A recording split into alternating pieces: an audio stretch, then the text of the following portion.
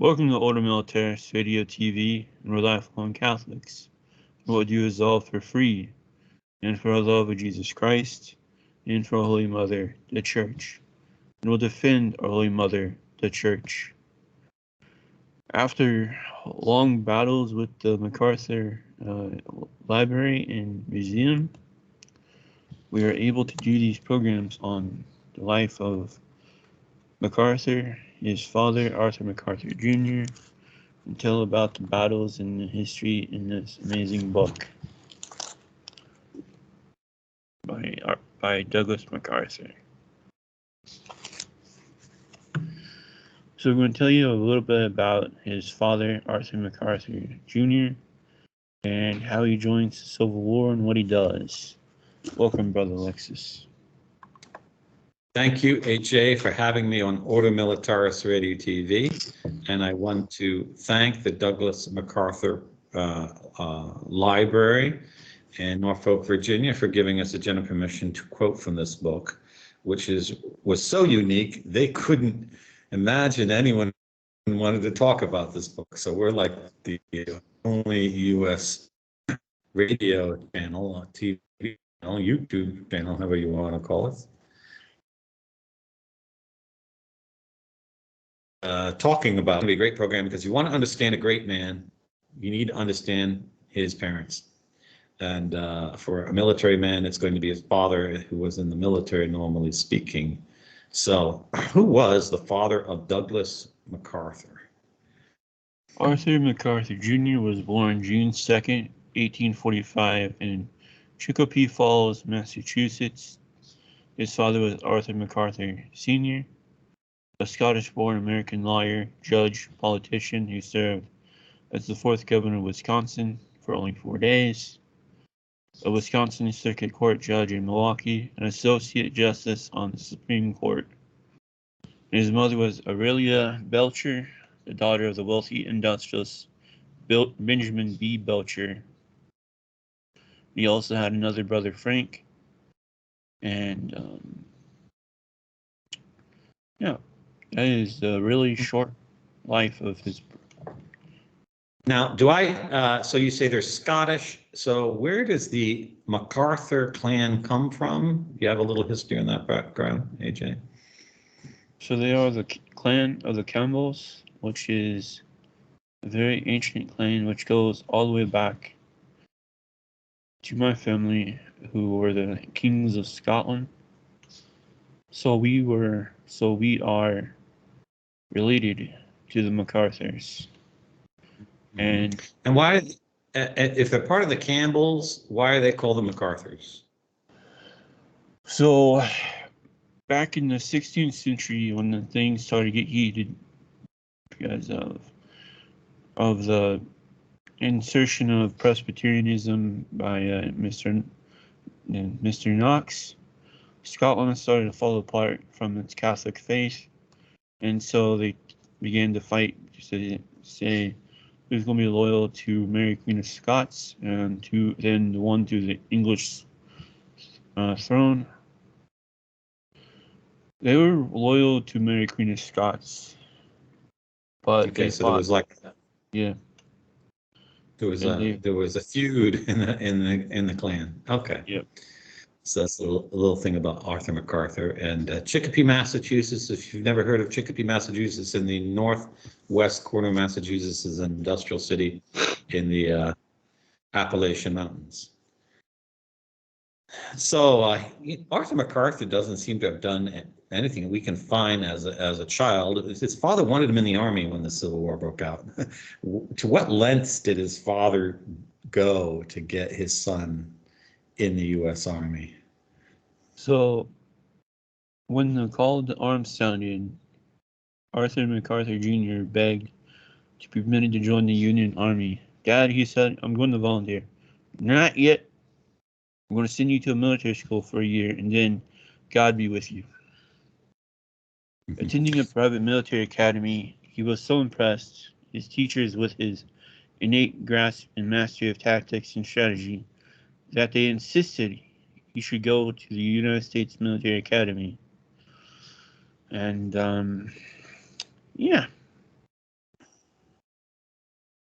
So he's only 15 years old when the war breaks out. So obviously there's an age problem there, but he wanted to go to West Point. And uh, how did they try to get him in? Because So, armed with a letter from the governor of Wisconsin to the President of the United States, and escorted by Senior Senator Doolittle of Wisconsin, he called at the White House on May Day in 1862, only to be told that all the presidential vacancies had been filled for the coming June, but there was a definite promise of appointment for the next year. President Lincoln greatly esteemed the boy's father, and placing his arm around the lad's shoulders, and told his own boy, who wanted to go to the front at once. But young Arthur did not want to wait. Perhaps he could hear the roll of the war drums and the old clan war cry, "Listen, oh listen." yeah, so in May of 1862, Arthur MacArthur would have only been 16. He became 17 on June 2nd. That was his birthday. So you can see the eagerness of this young man to go to war when the young men today have about enough courage to play a war game on a video. That's about all they do. You know, go out and play basketball and grate your knee. They don't even have that courage anymore. They've so devolved down to femininity. It's unbelievable. But here's Arthur MacArthur Jr., really gung-ho. And that shows you how strong the Christian civilization was in the United States in the 19th century still. And so, well, he didn't get in to that, but that didn't satisfy him that he'd have to sit around and wait a whole year to get to West Point. You know, what did he do? So he had to wait till he was 17, which was just a few months. Mm-hmm. On August 4th, 1862, he left his home as first lieutenant and adjutant of the 24th Wisconsin Volunteer Infantry, the Milwaukee Regiment destined for bloody glory on so many battlefields of long ago. So, okay, so this is wait before I just want to point out, here's a young man who wasn't out for honors in the sense of he could have gone to West Point, studied 4 years, the war would have been over, he would have gotten his commission, and he would have never risked anything. But no, he decides to join a volunteer unit. Now, these things don't exist anymore, AJ. So explain to the audience what is a state volunteer infantry regiment in the Civil War. So I'm reading another book that we got from Fort Wallace.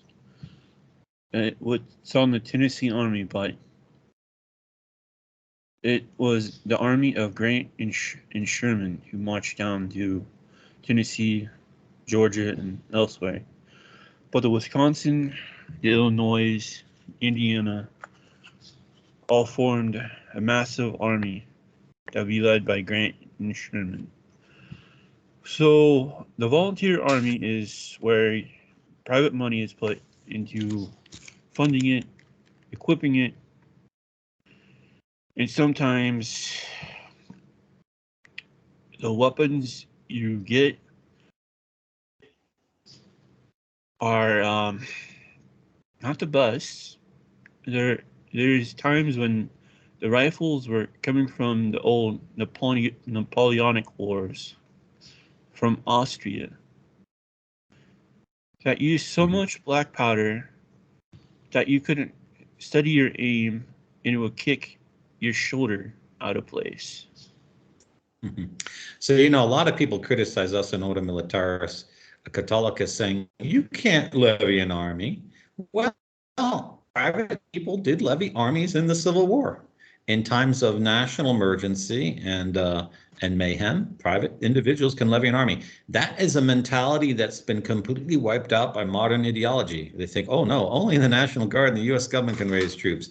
That just wasn't true, never was true, and that's not the U.S. Constitution.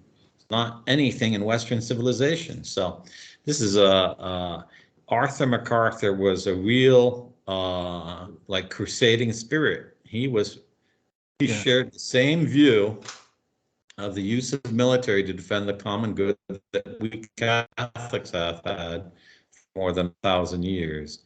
So And he got his appointment probably because his father donated a fair amount of money to the unit, and it yeah. was one of the first regiments that was fully levied. So we're going to follow now his career in the war and show how courageous he was. We'll talk about some of the battles he was in, and where do you want to start, AJ? So I'm going Stones River. let's see here. Yeah. Stones River. So I'll just introduce it for everyone because no one really knows Civil War history. The Battle of Stones River, or known as the Second Battle of Murfreesboro, was a battle from December 31st, 1862, so this is just a few months after Arthur joins, to January 2nd, 1863, in Middle Tennessee, as the culmination of the Stones River campaign in the Western theater of the American Civil War. Of the major battles of the war, Stones River had the highest percentage of casualties on both sides. The battle ended in a Union victory after the Confederate Army's withdrawal on January 3rd, largely to a series of tactical miscalculations by the Confederate General Braxton Bragg. But the victory was costly for the important victory for the Union because it provided a much needed boost in morale after the Union's recent defeat at Fredericksburg in Virginia, reinforced President Abraham Lincoln's foundation for issuing the Emancipation Proclamation, which ultimately discouraged European powers from intervening on the Confederacy's behalf. So, where was Arthur in this battle, this campaign? So yeah. The results of this careful training were repaid 100-fold in the bloody struggle in Tennessee, beginning on New Year's Eve and lasting 3 days into 1863, called Murfreesboro by the north and Stone River by the south. Sheridan's division held the right of the Union line with General Still's 1st Brigade on the outer flank. On the 24th Wisconsin at extremity, the line was prepared one with rifle entrenchments and supporting artillery. The enemy in full force struck the flank in early morning, hoping to envelop and roll up the entire Union line. The struggle was one of the fiercest of the war. In overwhelming numbers, the enemy endeavored to encircle the right, but Sheridan pivoted again and again to fend off the blow. 14 times that day, the Wisconsin regiment changed front until at the end it was facing directly toward the rear of its original line of battle. And strange as it may seem, occupying its original breastwork in the opposite direction, the carnage was merciless. The regiment lost nearly 40% of its strength. General Steele was killed. Every mounted officer of the 24th was down except the adjutant. In effect, he became its commander. He was everywhere, rallying the ranks, reorganizing the companies, holding on with tooth and nail. The indomitable Sheridan was roaring in his ears, "Pivot, Arthur, pivot! Roll with the punch! You must not turn you!" And when Sheridan rode up that night, he patted the lad with a grin. And when he saw the 24th in its original rifle pits facing the other way, said, "Arthur, my boy, congratulations. You haven't lost a foot of ground." So here's the amazing steadiness of a young man. There are few young men who have the courage to go off the war. Fewer still who put aside going to a military academy to go into the thick of battle. But to be in one of the most bloody battles and not lose your head in the sense of not get so terrorized that you can't think straight. This is an extraordinary man. And he had an extraordinary divine providence watching over him that he's the only one not injured in his unit when bullets are flying all over the place. He knew when to stick his head up and when not to stick his head up.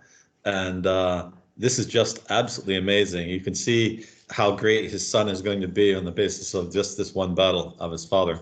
So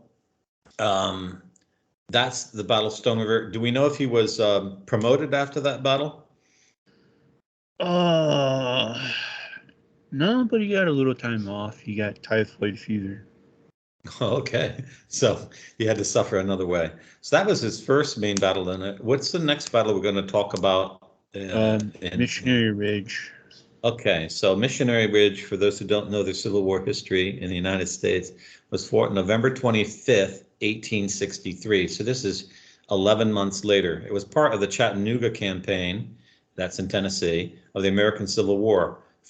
Following Union victory, the Battle of Lookout Mountain on the 24th, the Union forces in the Military Division of the Mississippi under Major General Ulysses S. Grant assaulted Missionary Ridge and defeated the Confederate army in Tennessee. A ridge is like a mountaintop, and commanded by General Braxton Bragg, forcing it to retreat to Georgia. So this was one of the most important battles in the West. It's one of the famous battles of the Civil War. If you know, the Battle of Stone River is not so well known, but the Missionary Ridge is considered tactically and strategically one of the more important battles. So where was Arthur MacArthur at Missionary Ridge? On the day of the battle, November 25th, 1863, the Confederate Army under General Braxton Bragg organized a defensive line of rifle pits beginning at the foot of the ridge with successive lines up its rugged face. It was a broken, ragged slope difficult of ascent even under peaceful conditions. Jagged boulders jutted out, deep gullies scarred its surface, twisted underbrush barred the way. Sheridan was ordered to take the rifle pits at the foot of the ridge. Under a storm of shot and shell, the troops passed forward through the timber and carried the line at the point of the bayonet. But their position was desperate, exposed as it was to the concentrated fire from the slopes and the crest. Should they go forward or back? No one seems to know just what orders may have been given, but suddenly the flag of the 24th Wisconsin started forward. With it was the color sergeant and the color guard of the two corporals and the adjutant. Up they went, step by step. Enemy fire was intense. Down with the color barrier. One of the corporals seized the colors as they fell, but was bayoneted before he could move on. A shell took off the head of the other corporal, but the adjutant grasped the flag and kept on. He seemed to be surrounded by nothing but graycoats. The Confederate colonel thrust viciously at his throat, but even as he lunged, a bullet struck and deflected the blade just ripped the shoulder strap. No movement yet from the Union lines, and then, above the roar of the battle, sounded the adjutant's voice, "On Wisconsin!" And they come with a rush and a roar, a blue tide of courage, a whole division of them, shouting, cursing, struggling foot by foot, heads bent as in a gale, gasping breath of tortured lungs. Those last few feet before the log breast seemed interminable. Men tumbled over like T-pins. The charge is losing momentum. They faltered. Officers are down. Sergeant now lead. And then suddenly on the crest, the flag. Once again, the cry, "On Wisconsin!" Silhouetted against the sky, the adjutant stands on the parapet, waving the colors where the whole regiment can see them. Through the ragged blue line, from one end of the division to the other, comes an ugly roar, like the growl of a wounded bear. They race those last few steps, eyes blazing, lips snarling, bayonets plunging. And Missionary Ridge is won. The adjutant suddenly falls to the ground, exhausted, his body retching, racked with pain. He is a terrible sight, covered with blood and mud and hairless, his smoke-blackened face barely recognizable, his clothes torn to tatters. Sheridan, the division commander, utters not a word. He just stares at him, and then takes him in his arms, and a deep voice seems to break a little as he says, "Take care of him. He has just won the Medal of Honor." This is such an amazing event. I'm surprised no one's made a film about it. So here, the decisive moment in the Battle of Missionary Ridge depended on and was won by Douglas MacArthur's father, Arthur MacArthur, in this absolutely outstanding act of bravery and zeal and leadership. But you can imagine what the men in his whole unit thought of him when he said on Wisconsin. They didn't take it as a joke. They said they took it as a challenge. And this was the age of warfare where you still shouted to each side. Voices were still heard in battle, and men didn't hide behind trees because they're afraid someone would shoot them. They were right out in the open. Of course, rifles only had an effective range of about 100 feet. So it was an age in which personal valor was still possible. Now they're effective at the distance of thousands of feet, so someone you can't even see can shoot you. But this is absolutely amazing, and this wins him not only promotion, but the epithet, the boy colonel of the Union Army. And he was the only one that wins that because he was raised to the dignity of a colonel at only the age of 19 years. So I don't think you'd even say it's 19. You'd say it's 17, 18. Yeah. He's 17. He's 18 and a half. This is quite amazing. You wouldn't find this kind of courage hardly even on a football field at the age of 18, let alone fire when hundreds of people being killed left and right. Yeah. And once again, we see the divine providence protecting a fatal blow by a bullet. What are the odds of a sword and a bullet running into each other in a battle? That's like, you know. So how does this change Arthur MacArthur's life, this event? So, he was later took command of the regiment and led it for the rest of the war. He was subsequently appointed lieutenant colonel and colonel, so he was at 18 promoted to lieutenant colonel. Then when he crossed to, when he became 19, they gave him full colonel. Mm-hmm. Youngest officer of his rank in the entire Union Army. Now we're going to go to Kennesaw Mountain. Okay, so you can see that courage can achieve much more than even going to West Point.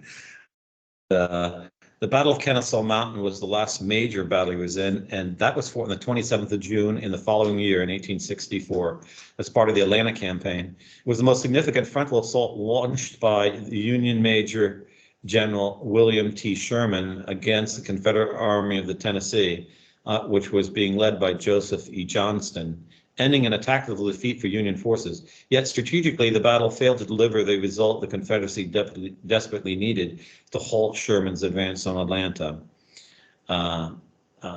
So following this battle, Atlanta becomes wide open, and then Sherman just cuts right through the Confederacy, right down to the coast of Charleston, destroying the unity of the Confederacy and their economic support on both sides. So it's a very decisive battle, even though the Union, it was a tactical loss for the Union. So where was Colonel? He's just 25 days, Colonel Arthur MacArthur in this battle, AJ. In an ill-considered Union attack at Kennesaw Mountain, 11 regiments, including the 24th Wisconsin, each in full line, one behind the other, attempted to storm the frowning hill the night before. 11 colonels, on receiving the order, had met and all felt it was a suicidal task. Each wrote out a farewell message. All fell. MacArthur was shot through the arm and chest. It was thought he was dead, but a wallet containing a package of letters from home, a small Bible, and his farewell message stopped a bullet just short of his heart.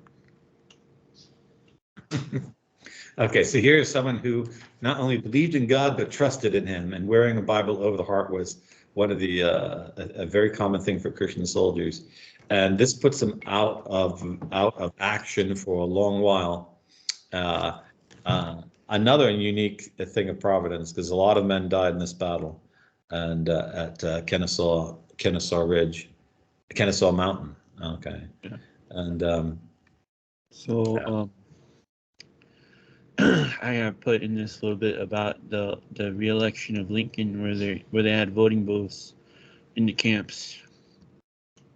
Okay, yeah, they don't do that anymore, do they? They have to mail in their ballots and they never get counted because they always arrive late, which is something that neither party has ever done to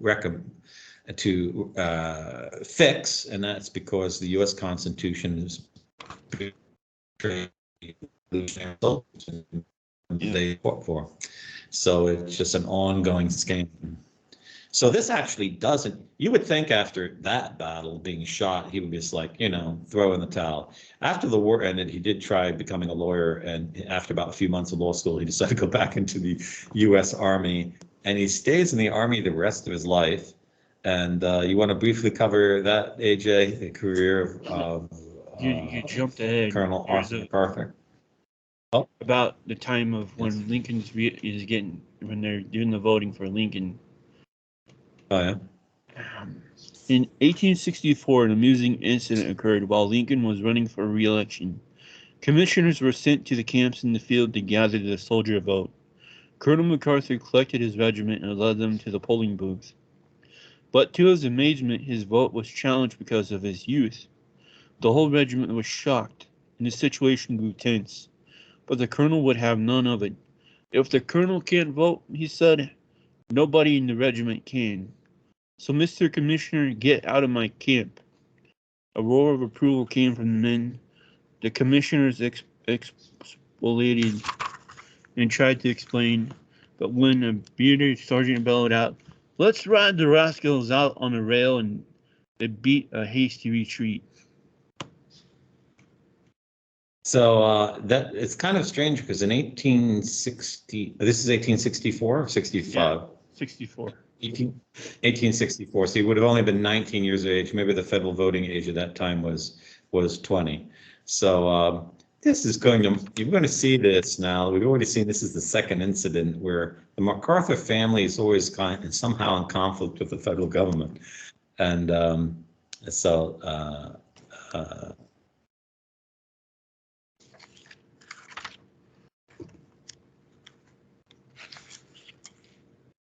So as the war ends, he was promoted to major on January 25th, 1864, and on the 18th of May, 1865 to lieutenant colonel. And he was mustered out of service on June 10th, 1865, and promoted to lieutenant colonel and colonel March.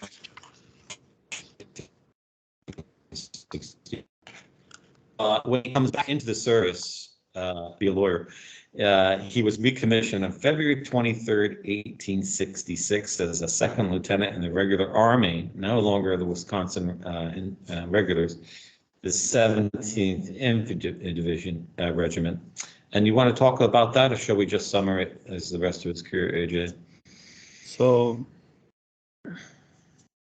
after he gets done, he heads out west for the Indian Wars, and he also was part of the peace treaty with that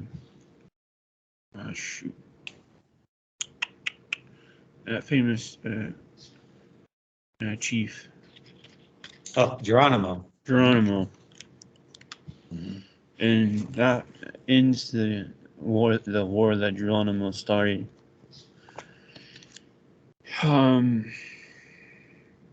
It's interesting. I haven't noticed this, but maybe some reader can leave a comment. In any of the films about Geronimo, did they mention Arthur MacArthur?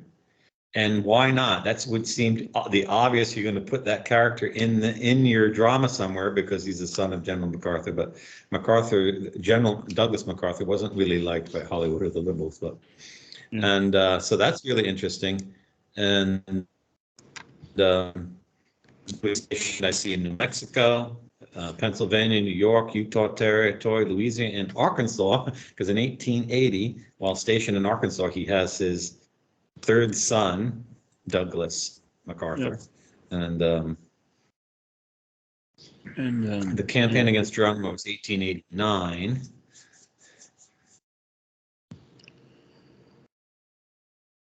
So, then in 1898, the war with Spain was declared. And so, Let's see here.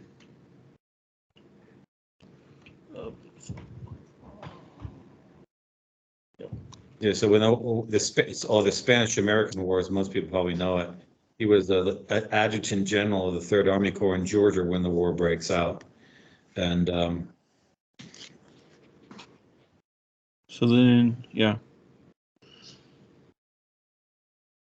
And then they have to go to the Philippines to fight the American-Filipino War. There, that could be a series on its own about that history. yeah, he was sent to fight the Spanish and take the Philippines. So he's part of the capture. He led it to victory at the Battle of Manila and captured Manila on August 12th, 1898. And then almost immediately the Philippine-American War.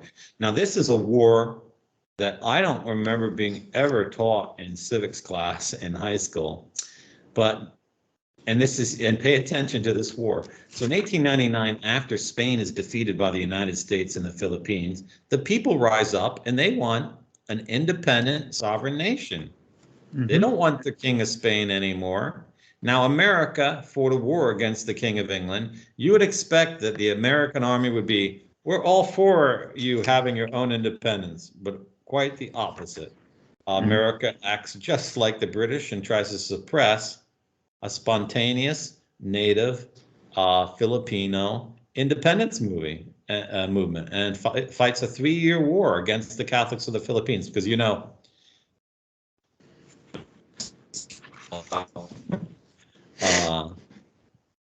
Catholic governments over Catholic peoples, and this was a horrid war because it puts the Filipino people under a Masonic government for their next 120 years until today. They were still under Masonic government. They never actually had a Catholic government. Yeah. I think we'll leave it there and pick up in the next one. Where about